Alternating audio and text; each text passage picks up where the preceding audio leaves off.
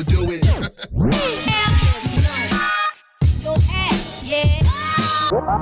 How low key is this right now for you? Very cool. But you're also in it, I mean, just because of from the underlying theme of like creativity, like I know that you're in it for more than that. Like that's a huge plus. Like you're doing this for the end game of, you know, something financial, but also just like get something of your own that you created that talks about creativity and the importance of it at the same thing. So I feel like it is, you know, that's why I would be a part of it, because would be, you know, the financial, that's awesome, that's cool, but like the creative freedom to do a lot of stuff is also important. Okay, so I've been spending most of the day at Froby's editing and taking business calls and all that stuff, so it hasn't been a crazy exciting day, and it has been pretty busy in here, so trying to bust out a camera and just being able to even hear me would be kind of weird. But yeah, so we have a lot of good things in the works, and as you saw, I had a really good phone conversation with a good friend of mine, Anthony, who I'm going to be teaming up with on a project. I can't give out too much information because it is still very much in the works, but it is something I have never done before that he contacted me to be a part of, and I'm extremely excited. So now I have to get back to all of the talent in preparation for the double shoot day tomorrow with Blindspot and Seth Balestrieri. That's going to be exciting. Two very ambitious projects, and I'm excited for all of you guys to see it. Now I have to go make breakdowns and all that jazz for tomorrow and start getting everything ready. So yeah, let's see what happens. It's tough for me to justify because I would be like, all right, well, I'm creating this content that's personal content, and I'm not getting like paid, and it's time that I'm putting in, so it's like strictly for me. But I've been like, the only reason why I do this in general is to like, you know, influence and affect and help like you get excited about wanting to create and like having other people want to create. So it's like that's my way of influencing people. So that's why initially I wanted to do this as like an avenue to like influence and affect people. Hopefully they either see what I'm doing and they want to grind as well, or maybe something that I say resonates with them, because it's not just going to be for like film and stuff. It's going to be like, you know, even my poetry stuff, even like motivational stuff, and it's going to be all encompassing of kind of, you know, what I'm doing. So yeah, pretty cool. Thanks, man. A day in the Kez. What'd you say? A day in the Kez. Yeah, a day in the Kez. Yeah, man. So Kez Day. Oh, that's hilarious. Yeah. So I'm here with my dude Lewis right now. Oh, what is good? Oh, that is right.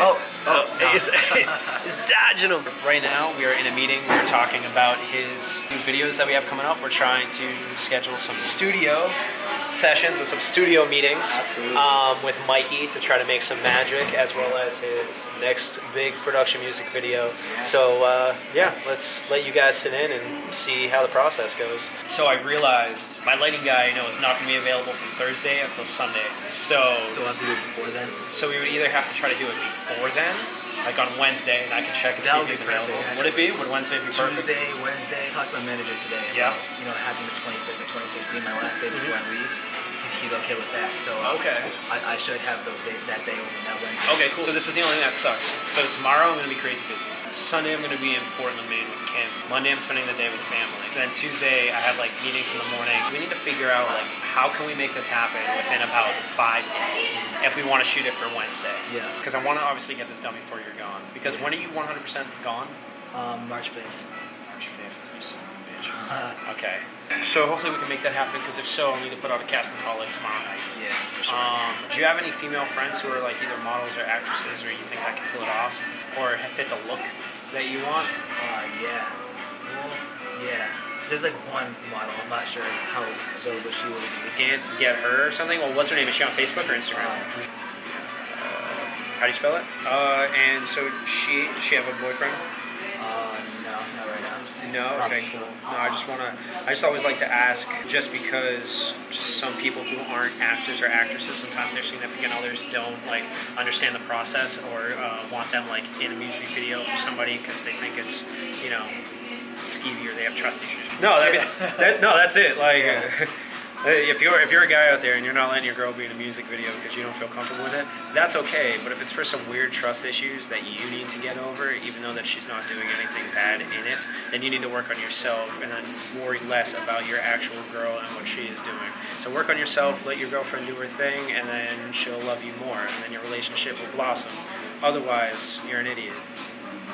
Okay. And you need some milk. No. no milk, no lactose, soy milk, almond milk, nut milk. Everything else is bad for you. So we need to find a room. Do you have a room? Do you have a bedroom that we can actually shoot in? And like in a decently open space that can be just dark. So you got a lot of things on your plate. Yeah, for sure. All right. I'm gonna try to get someone to cover my shift for Wednesday. Are you? Again, we need to confirm everything first, though. Absolutely. So if we confirm that everybody's available and that it's actually happening, then get somebody, like, have somebody already as an option to cover your shift.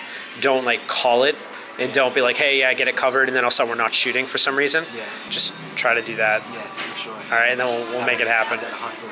Yeah. Are you excited, though? I am excited. Good. Ready to make some dope shit? Up, but I'm excited. Let's do it, man. Let's go. What day it is? Shoot day! Let's go! You ready? You ready?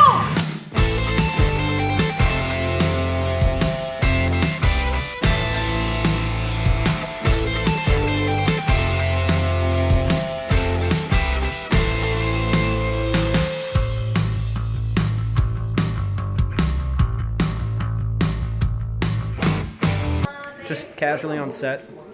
What was that? I think the chairs are gonna be. Those are DJs? Well, Yeah, there we go. good job. Yeah.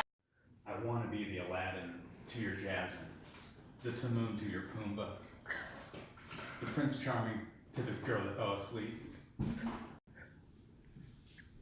Jack and Dana Bowden.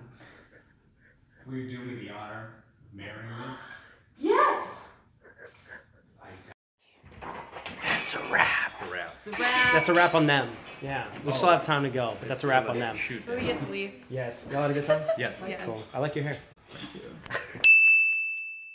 Welcome to Maine. So right now I am up in Portland, Maine. Kim has to go to her best friend's dress fitting. I am taking advantage of the fact that I'm up here, and I'm going to be hanging out with my good friend Brodeur, who I have not seen in a while. So I'm excited to see him because he is my dude, and we always have fantastic conversations. So I'm very excited to have one of those good conversations today. So that's what I'm going to be doing. And somebody just pulled in front of me, and they're probably looking at me like, why the f is this person talking to a camera? Or what is this person doing?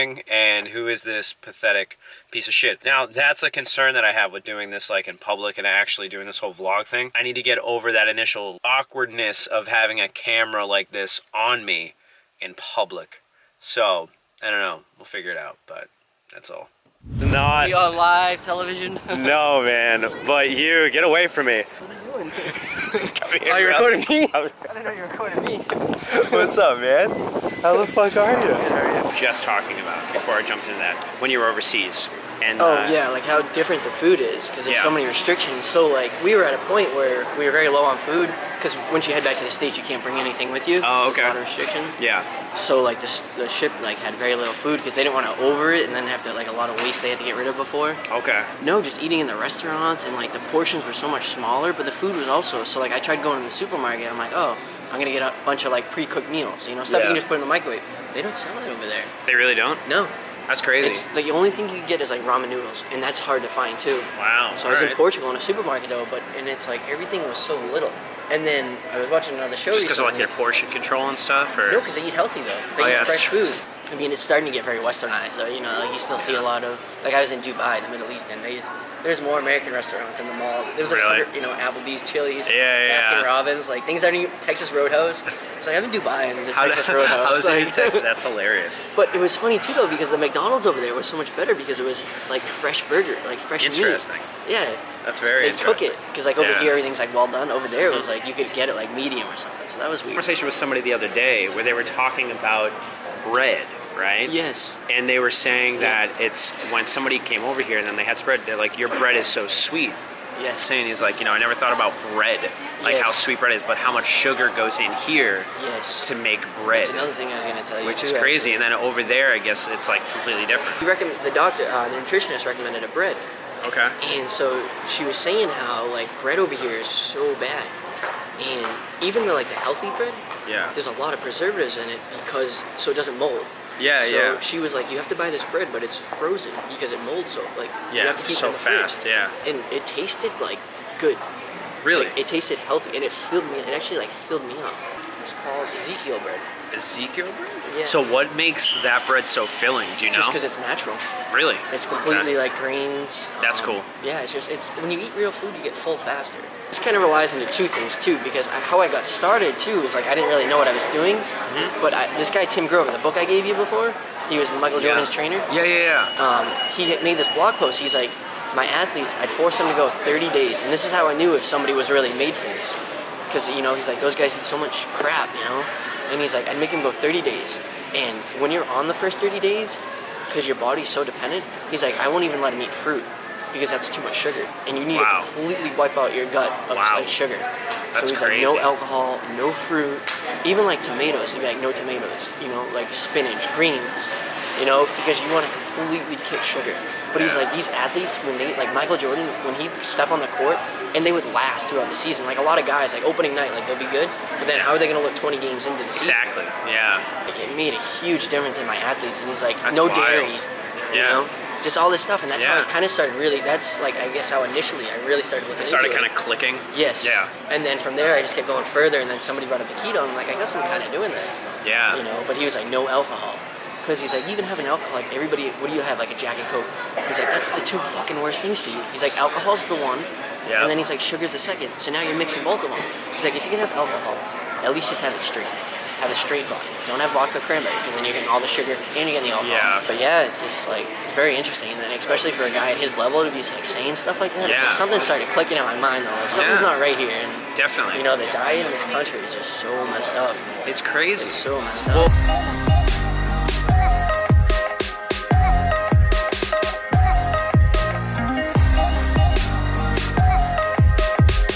So the caramel latte that I got at Gloria Jean's sucked. Way too sweet. Way too sweet. Usually they're on point. Not so much.